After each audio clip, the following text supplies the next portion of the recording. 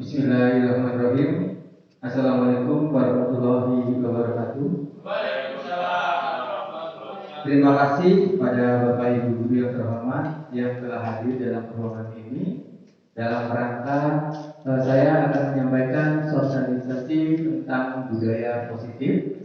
Hal ini berkaitan dengan salah satu tugas yang harus dilaksanakan dalam rangka mengikuti pendidikan guru penggerak angkatan 7 Kota Bandar Lampung. Baik, yang saya hormati Bapak Ibu Guru, dalam hal ini saya akan mengangkat tema yang memang saat ini sedang digaungkan oleh pemerintah, yaitu tentang budaya positif. Apa sih budaya positif tersebut? Secara sederhana, budaya positif adalah nilai-nilai, gagasan, tindakan, dan karya-karya baik dalam kehidupan bermasyarakat. Sebenarnya budaya positif itu adalah hal-hal atau tindakan-tindakan yang dapat kita lakukan di dalam kelas, di dalam sekolah untuk menanamkan nilai-nilai kebajikan kepada murid kita. Nantinya nilai-nilai kebajikan ini bermuara kepada kebajikan universal, nilai-nilai kebajikan yang dianggap baik oleh kita semua. Nah, Bapak Ibu, dalam menerapkan budaya positif tersebut, kita sebagai guru harus menempatkan pada posisi mana kita berada. Pada posisi apa di sini yang layak yang dapat kita lakukan ketika kita akan menanamkan budaya positif di dalam sekolah. Nah, 5 posisi tersebut, yang pertama adalah kontrol guru sebagai penghukum. Yang kedua adalah kontrol guru sebagai pembuat orang merasa bersalah. Yang ketiga adalah kontrol guru sebagai teman. Yang keempat, kontrol guru sebagai pemantau. Dan yang kelima adalah sebagai manajer. Setidaknya kita sebagai guru, kita berada pada posisi kontrol guru sebagai teman, atau sebagai pemantau, bahkan kalau bisa kita berada pada posisi manajer. Nah, untuk itu marilah kita bersama-sama belajar Bapak Ibu untuk mencapai posisi tersebut. Baik, kita bahas satu persatu posisi tersebut. Yang pertama adalah posisi kontrol guru sebagai penghukum. Pada posisi ini biasanya guru akan memberikan hukuman ketika murid membuat kesalahan. Nah, kita memberikan hukuman ini dengan harapan siswa akan memperbaiki kesalahannya. Tapi tanpa kita sadari, sebenarnya posisi ini akan memberikan efek jangka panjang. Artinya siswa akan melakukan kebaikan itu karena takut dihukum atau takut terkena hukuman. Dan dalam jangka panjangnya efeknya yaitu akan biasanya memberikan rasa sakit hati kepada guru yang memberikan hukuman tersebut. Nah, posisi yang kedua ini adalah posisi kontrol guru membuat orang merasa bersalah. Biasanya pada posisi ini guru akan mengucapkan kata-kata yang membuat murid merasa bersalah. Misalnya, wah kok kamu begitu sih? Wah, ibu kecewa deh sama kamu. Bapak kecewa deh sama kamu. Nah, ucapan-ucapan itu akan membuat siswa merasa minder, kecewa, bahkan mungkin dia merasa bersalah dalam sepanjang hidupnya. Posisi yang ketiga yaitu posisi kontrol guru sebagai teman. Pada posisi ini biasanya guru akan memposisikan dirinya sebagai teman kepada murid. Sebenarnya posisi ini sudah bagus buat kita sebagai guru. Tetapi posisi ini mempunyai kelemahan. Kenapa? Karena biasanya anak-anak hanya akan menurut kepada guru yang dianggap sebagai temannya. Dan murid itu akan tergantung kepada guru tersebut, sehingga anak-anak tidak mandiri. Posisi yang keempat yaitu kontrol guru sebagai pemantau. Nah, pada posisi ini guru biasanya lebih menekankan pada konsekuensi atas tindakan yang dilakukan oleh siswa. Contohnya, ketika murid tidak mengerjakan tugas yang kita berikan, Biasanya murid akan mendapatkan poin, ya, atau mendapat jam tambahan untuk mengerjakan tugas tersebut. Dan itu biasanya ada aturannya. Sudah ada aturan di sekolah. Artinya biasanya guru berpatokan kepada peraturan sekolah yang berlaku. Kemudian yang kelima adalah posisi kontrol sebagai manajer. Nah, posisi ini yang saat ini mungkin paling ideal bagi kita. Ya, sebagai guru, jadi kita berusaha untuk mencapai posisi manajer ini. Apa sih posisi manajer ini? Nah, pada posisi ini tugas kita sebagai guru adalah ketika murid melakukan sebuah kesalahan, ya, kita memberikan solusi, mencari bersama-sama dengan murid, mencari jalan keluarnya, ya, sehingga ketika nanti murid kembali ke dalam kelompoknya akan menjadi siswa yang memiliki karakter yang lebih baik. Jadi di sini kita tidak membuat murid merasa bersalah, tidak membungkuk, ya, tidak tergantung kepada kita. Jadi kita berikan solusi, ya, bersama-sama dengan solusi jalan keluarnya. Sehingga ketika anak berhasil melakukan perbaikan, dia akan menjadi karakter yang lebih baik lagi.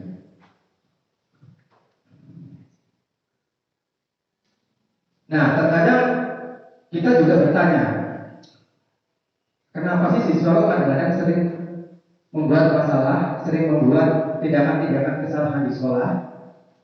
Nah, itu terkait dengan 5 kebutuhan dasar manusia. Jadi apabila siswa melakukan sebuah kesalahan, pasti ada salah satu dari 5 kebutuhan dasar itu yang tidak terpenuhi. Nah, 5 kebutuhan dasar itu, yang pertama adalah bertahan hidup, yang kedua kasih sayang dan rasa diterima, yang ketiga penguasaan, yang keempat kebebasan, dan yang terakhir adalah kesenangan. Nah, muara dasarnya, kebutuhan dasarnya ini dari semua kebutuhan ini adalah nanti bertahan hidup. Artinya siswa melakukan segala tindakan adalah untuk mempertahankan hidupnya. Selanjutnya, mari kita pahami ketika anak membuat sebuah kesalahan, ya, misalnya karena dia merasa kurang kasih sayang dalam keluarga, misalnya di dalam sekolah mereka usir kepada temannya. Tujuannya apa? Untuk mencari perhatian guru dan teman-temannya. Nah, ini mereka lakukan karena kan salah satu kebutuhan dasarnya yaitu kasih sayang tidak terpenuhi. Kemudian selanjutnya yang kedua yaitu penguasaan. Nah, ketika kita memberikan tugas kepada siswa, kemudian siswa tidak mengerjakan tugas, kita telusuri kenapa siswa tersebut tidak mengerjakan. Apakah memang mereka tidak menguasai dengan materi yang kita berikan? Sehingga kita harus cross check dulu kepada siswa. Kenapa mereka seperti itu? Jadi kita cross check terlebih dahulu sebelum kita memberikan statement-statement negatif kepada siswa. Kemudian selanjutnya adalah kebebasan. Jadi setiap siswa itu sebenarnya membutuhkan kebebasan untuk hidup di dalam kehidupannya dan di dalam sekolah. Selanjutnya adalah kesenangan. Nah, Bapak Ibu, ketika kita memberikan proses pembelajaran, ketika anak tidak mengikuti pembelajaran dengan baik atau tidak konsentrasi, ya, mungkin salah satu dari kebutuhan yaitu kesenangan tidak terpenuhi. Nah, untuk itu sebenarnya PR bagi kita sebagai guru, bagaimana membuat proses pembelajaran itu menjadi menyenangkan. Bagaimana menciptakan proses pembelajaran di mana siswa aktif, berperan aktif, kemudian mengikuti pembelajaran dengan menyenangkan.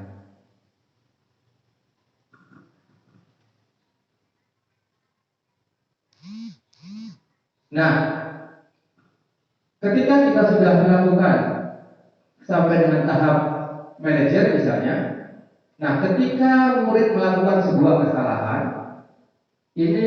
tugas kita sebagai guru adalah melakukan restitusi. Apa sih restitusi itu? Restitusi itu adalah proses, ya, proses mengembalikan siswa ketika siswa melakukan sebuah kesalahan, ya, kita bina, ya, kita carikan solusi sehingga siswa tersebut bisa kembali ke dalam kelompoknya, memiliki karakter yang lebih baik lagi. Nah, dalam tahapan restitusi itu ada 3 tahapan yang kita kenal. Yang pertama adalah menstabilkan identitas. Yang kedua adalah validasi tindakan yang salah. Yang ketiga adalah menanyakan keyakinan.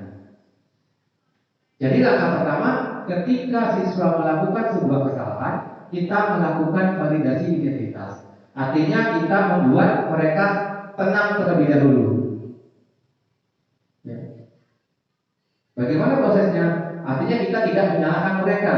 Ya, bisa dengan kata-kata misalnya, ya nggak apa-apa, semua orang bisa kok melakukan kesalahan, tidak kamu saja. Atau Bapak juga dulu pernah melakukan kesalahan, tetapi Bapak berusaha untuk mencari solusinya. Nah, artinya dalam tahap ini kita membuat siswa merasa tenang terlebih dahulu. Nah, selanjutnya setelah itu baru kita ke validasi tindakan yang salah. Nah, setelah kita menstabilkan anak, ya, kita cari tahu, kita cari informasi kenapa siswa tersebut melakukan sebuah kesalahan.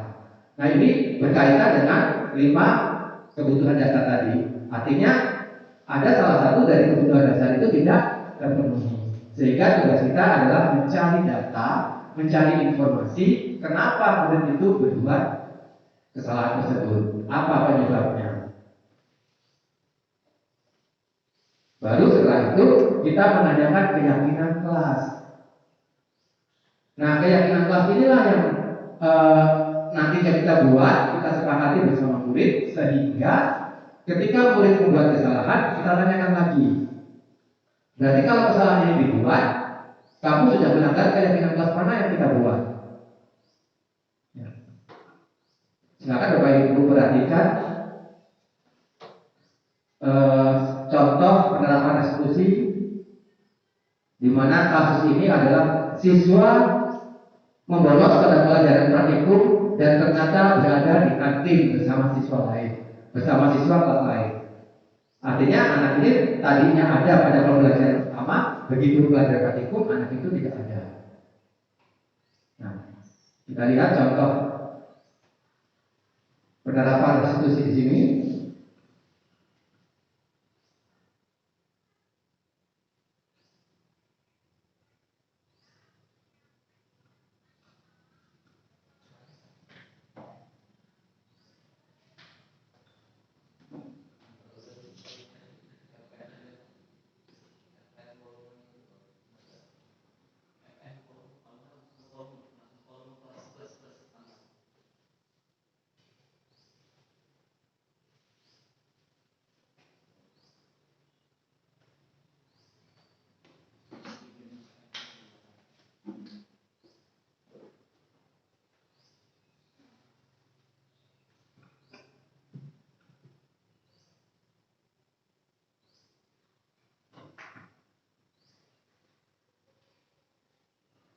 Kemudian kasus yang kedua,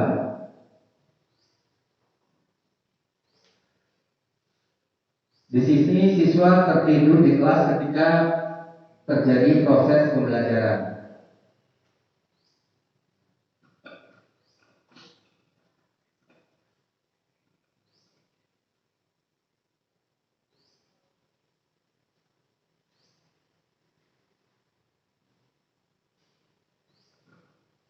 Nah, di sini prosesnya Bapak Ibu.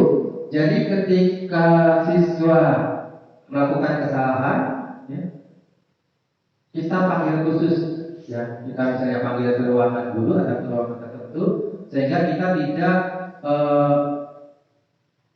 membuat mereka mengaku di depan kelas atau di depan teman-temannya, sehingga kita bisa panggil ke dalam kantor misalnya, kemudian kita cari tahu masalahnya apa, ya. kenapa dia bertindak seperti itu, kemudian setelah dia tahu, kita tanyakan keyakinan kelas mana yang dia langgar. Nah, setelah itu kita tanyakan, kira-kira apa yang akan dia lakukan untuk memperbaiki kesalahan yang telah dia lakukan. Nah, ini prosesnya Bapak Ibu. Jadi kita tidak menghukum mereka, tapi kita bersama-sama dengan murid tersebut mencari solusi apa yang harus dilakukan untuk memperbaiki kesalahan tersebut.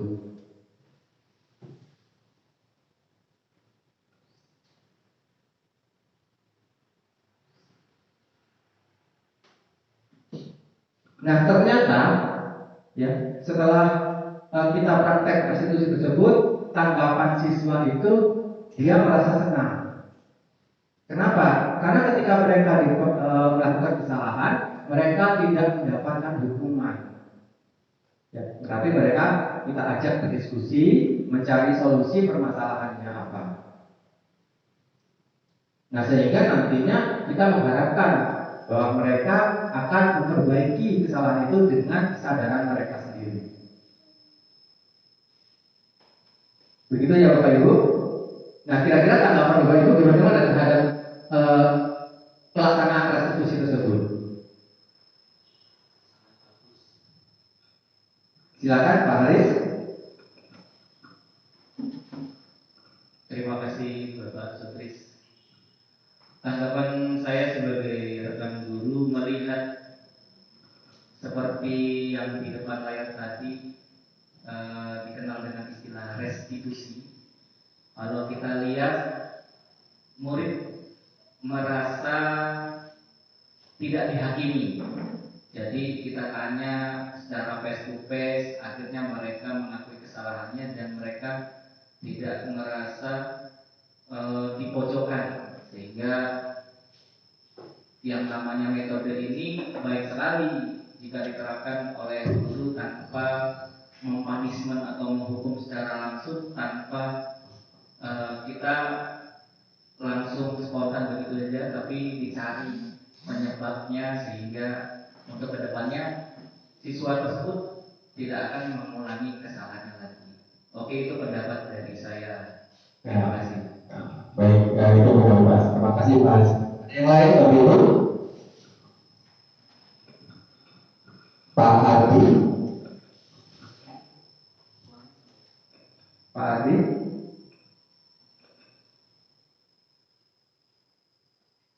Ada, silakan.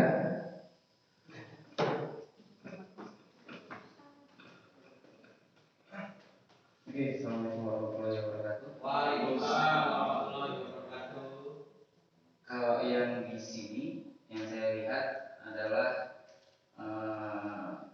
guru sebagai kontrol, guru sebagai seorang manajer. Tetapi saya di sini pernah Pak mengalami suatu studi kasus, ya, di mana ketika saya mengajar di kelas yang memang kelasnya itu ya sudah terkenal, sudah terbranding, image-nya itu kelas luar biasa. Apabila keyakinan kelas sebagai manajer ini di mana kita melakukan diskusi bersama murid, itu sasarannya kurang tepat. Karena apabila kita hanya mencari solusi bersama, tidak ada suatu efek jera yang benar-benar membuat siswa itu berhenti dari kenakalannya, itu akan dia akan terus. Artinya kalau kita hanya diskusi, siswa itu menganggap sepele gitu. Hanya diskusi, hanya peneguran biasa. Tetapi di sini yang pernah saya terapkan di kelas adalah perpaduan antara kontrol guru sebagai penghukum dan juga kontrol guru sebagai manajer. Ketika itu seluruh satu kelas siswa menggunakan sepatu di dalam kelas. Padahal sudah kita ketahui bahwasanya peraturan di sekolah siswa dilarang memakai atau menggunakan sepatunya di dalam kelas. Tapi memang kelas ini sudah sangat sering gitu.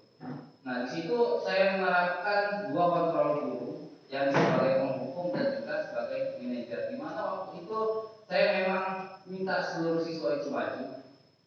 Ya, sekitar 10 menit itu saya minta mereka untuk berpikir, merenung di depan. Dan baru kemudian saya melakukan kontrol sebagai manajer, saya ajak berbicara mereka satu persatu, walaupun jumlahnya satu kelas. Saya minta pendapat mereka dari beberapa perwakilan, sehingga menimbulkan suatu kesimpulan apabila kejadian tersebut diulangi maka akan terjadi proses penghukuman penghukuman yang jelas yang telah kami sepakati bersama. Itu seperti apa? Apakah memang bisa diterapkan perpaduan antara kontrol guru yang ada yang nomor 1 dengan nomor 5 tersebut, ataukah ketika kita sebagai penghukum ya kita harus sebagai penghukum aja, tidak bisa dipadukan dengan kontrol guru yang lainnya. Terima kasih Pak Dr. Baik, terima kasih. Baik, terima kasih Pak Andi. Baik sekali pertanyaannya di situ ya. Tujuan kita membuat keyakinan kelas itu adalah agar kita berada pada posisi manajer. Kita posisi manajer tadi itu kita tidak membuat mereka merasa bersalah. Artinya begini, langkah yang pertama kan otomatis supaya kita bisa menerapkan itu kita membuat keyakinan kelas terlebih dahulu. Nah, keyakinan kelas itu yang membuat ya kesepakatan antara murid dengan guru. Artinya karena mereka yang membuat, kan berarti mereka akan tanggung jawab terhadap apa yang mereka lakukan.